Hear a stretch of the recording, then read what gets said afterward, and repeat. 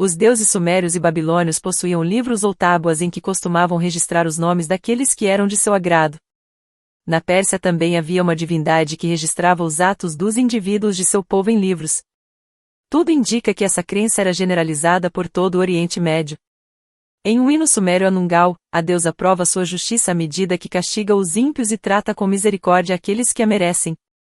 Ela afirma ter em suas mãos os tablets da vida, onde escreve o nome dos justos. Fonte: Comentário Bíblico Atos, Antigo Testamento, John H. Walton.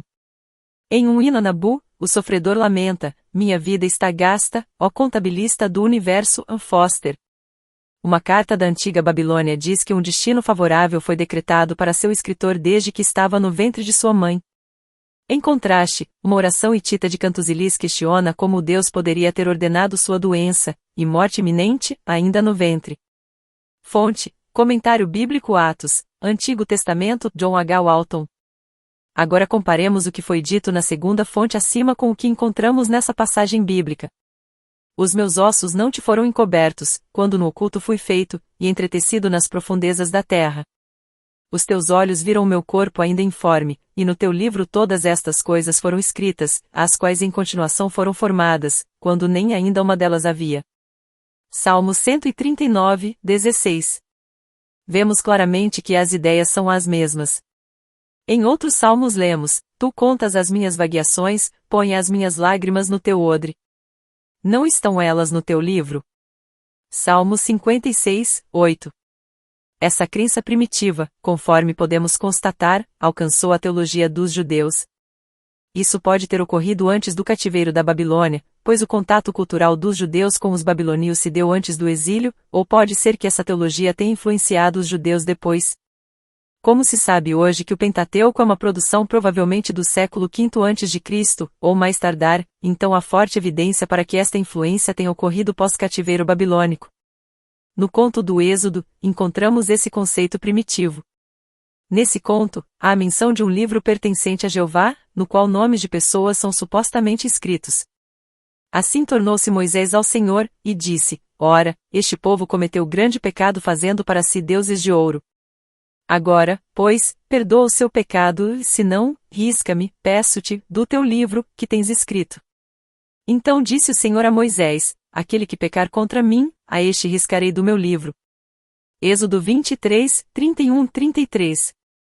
Essa ideia de se inscrever nomes de pessoas em livros celestes pode ainda ser encontrada no Novo Testamento. Aquele que vencer será vestido de vestiduras brancas, e não apagarei o seu nome do livro da vida, e antes, o confessarei diante de meu Pai e diante dos seus anjos. Apocalipse 3, 5.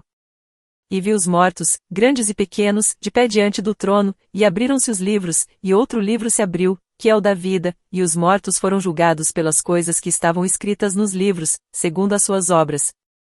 Apocalipse 20, 12. E não entrará nela coisa alguma de impuro, nem quem fizer abominação e mentira, mas somente os que estão escritos no livro da vida do Cordeiro. Apocalipse 21, 27.